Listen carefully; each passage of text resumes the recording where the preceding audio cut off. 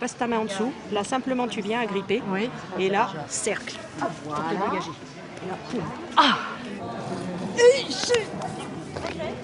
Sylvie et Suzanne sont plus dangereuses qu'elles n'en ont l'air.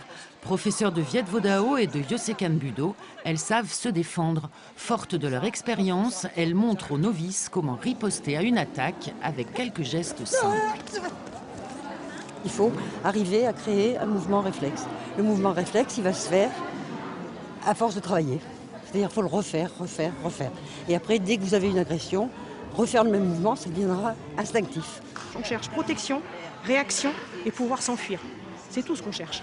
On ne cherche pas à l'immobiliser, à lui donner des coups, etc.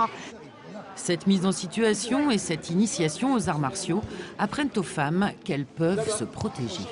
Quel que soit le type d'art martial que l'on pratique, il apprend déjà à se connaître soi-même et il permet de savoir ce que l'on est capable de faire en cas de situation difficile.